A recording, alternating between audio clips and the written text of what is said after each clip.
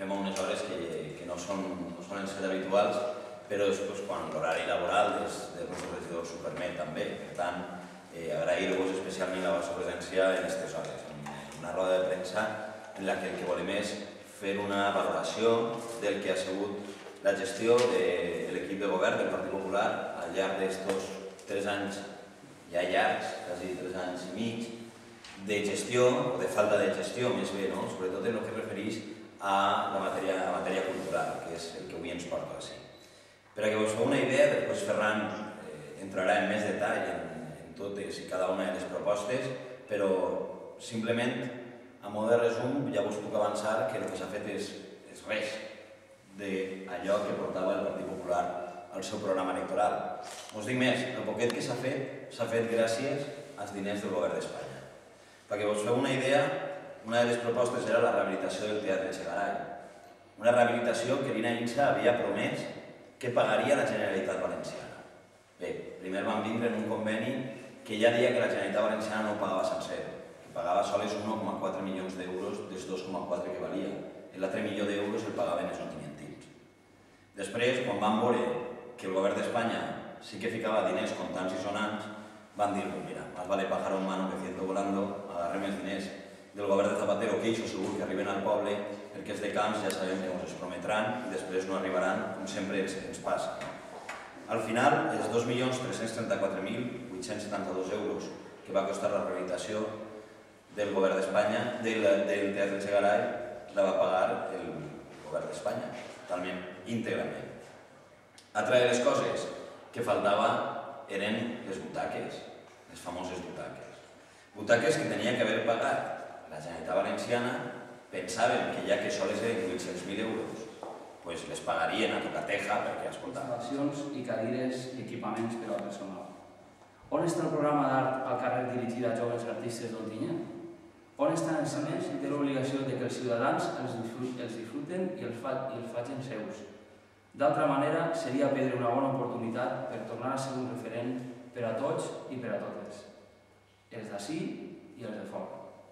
Però clar, per a que això sigui una realitat s'han de dedicar recursos personals i sobretot econòmics, però sobretot també esforç, il·lusió i compromís, que és el que el govern del PP li ha faltat en aquesta legislatura. En definitiva, la base i la veritat d'una verdadera política cultural és que qui tinga l'oportunitat i obligació de dur-la endavant se la crega i la proporcione a tots els nivells. No es pot donar la imatge insultant actual de que la partida per a pagar a la regidora de Cultura quasi siga igual que la que es destina a totes les activitats de Ponència de Cultura. És a dir, activitats periòdiques per a tots i totes els públics. Perquè això no és fer política cultural. Moltes gràcies. Bé, doncs, estem a la vostra disposició si voleu fer alguna pregunta. Sabeu una cosa de les butaques de l'Echegaray? Sabem que han descarregat alguns 4 camions ja i donem per fet que faltaria menys. Estaran el dia 4 perquè tenim entès que el dia 4 de novembre s'inaugurarà el Teatre Echegaray. Per tant, donem per fet que gràcies als diners que avançarem els ontinyentins estaran les butaques i el que no donem tant per fet, lamentablement, és que d'ací al 2016 la Generalitat hagi complit en Ontinyent. Per tant, el que esperem i des de l'ou exigirem és que aquests 800.000 euros arriben, perquè no sé si heu vist ja la diferència. De la promesa inicial d'1.400.000 euros a el que ha acabat sent de 800.000, pel camí ja hem perdut 600.000 euros, que són 100 milions de pessetes, el que hem perdut gràcies a la magnífica gestió de l'Ina Insa.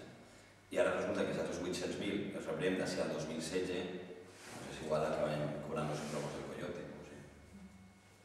Respecte a la biblioteca de Sant Josep, sabeu per què no s'obri, per falta mobiliari, perquè en teoria les obres estan acabades.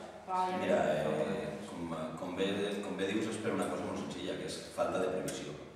És algo que caracteritza este govern des del primer dia, vull dir, anar sempre a salto de mata, buscant culpables. Per tant, la biblioteca està acabada, igual que estan acabats els accessos al pont de Sant Vicent des del mes de març, però la Generalitat no ha complit, igual que estava acabada el de Teatre Echegaray i no tenia butaques perquè la Generalitat no havia complit. En aquest cas pareix que hi ha algun tipus de problema amb la llum I, des de luego, hi ha un problema que és que en aquest moment no hi ha equipament. Sabem que hi ha un projecte d'equipament, no hi ha l'equipament. Per tant, és evident que ha hagut una denunciable i, a més, jo crec que molt greu falta de previsió per part de l'equip de govern del Partit Popular, perquè el que està clar és que això devia haver estat ja preparat per a que només acabant les obres poguera entrar l'equipament, pressuposa haver la llum i s'obriguera la biblioteca que ha pagat el govern central per a que ciutadans d'Antonyent pogueren gaudir d'ella. Jo vull puntualitzar respecte d'això, que no recordo exactament si va ser en el ple de juny o juliol, sí que l'alcaldessa ho va comentar en ple, de fet consta en acte, perquè jo ho he llegit, el que passa és que no recordo exactament el mes, i es va comprometre a que en octubre, és a dir, este mes, el projecte d'equipament ja estaria adjudicat i per tant suposo que la llum, és a dir, això és totalment demostrable i estem acabant octubre i no sabem res. Alguna cosa més? Sí, del tema de la xerrada, us consta que una vegada obligats es reprendrà una activitat amb normalitat, o sabeu si s'obriria uns dies per a després tancar-lo, per a després tornar-lo a obrir? Us consta un poc si hi ha una previsió de programació de continuïtat? En principi sabem que està previst celebrar allí El concert. el concert i el congrés de les bandes. Exactament. La Federació de Societats Musicals, després sí que n'hi ha una activitat, més que està en el programa cultural trimestral, però vamos, ja ho he comentat. Ara que no obrien per a tancar fins a 4 dies, fer-se la foto i tornar a tancar. Jo imagino que, veient el que estem veient últimament, l'INEINS és capaç d'inaugurar el Teatre Echegaray 5 vegades si en això aconseguís 5 fotos més. Per tant, és lògic? No. L'INEINS podria fer-ho? Perfectament. Tancar-lo, obrir-lo i tornar-lo a fer. Al principi també heu comentat que a les associacions se les està carregant en impostos revolucionaris. A què es referiu en això?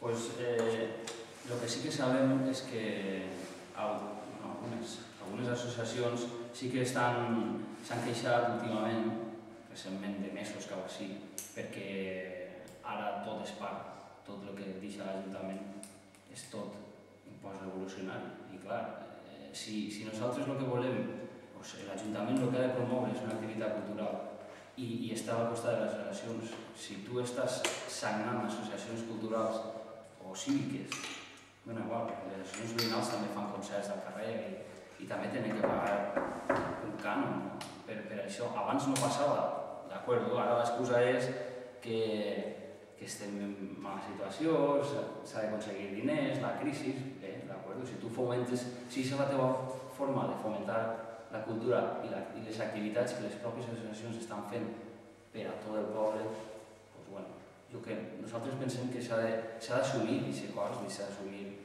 aquesta activitat, no? És que pot ser deficitària, d'acord, s'ha de creure en ella, no pots penalitzar d'aquesta manera en cadires, cobrant per les cadires que van. La megafonia. La megafonia, exactament. L'excusa de la crisi, bé, d'acord, per altres coses no hi ha crisi. Per cobrar 45.000 euros a l'any i estar al nivell de la ponència de cultura en l'últim any de legislatura, això és d'autèntica vergonya. Això és vergonyós. La partida concreta de cultura, saps quina és? En aquest moment està en 55.000. La partida de ponència. Jo he parlat específicament d'activitats, després sí que és veritat que n'hi ha alguna subvenció de cites, que també hi ha que dir que ha disminuït aquest any. Activitats de subvenció de diputació, en fi. Ara no podria dir-te, no sabria dir-te en aquest moment, però és contrastable això està ahí, qualsevol ho pot saber, ho pot comparar. 45.000, 55.000, d'acord, 10.000 de diferència, però això... Sí, però 45.000 per una persona, 55.000 per activitats per a tot el poble. Alguna cosa més? Bueno, doncs moltes gràcies per la vostra assistència i fins al dijous, que tornarem a parlar.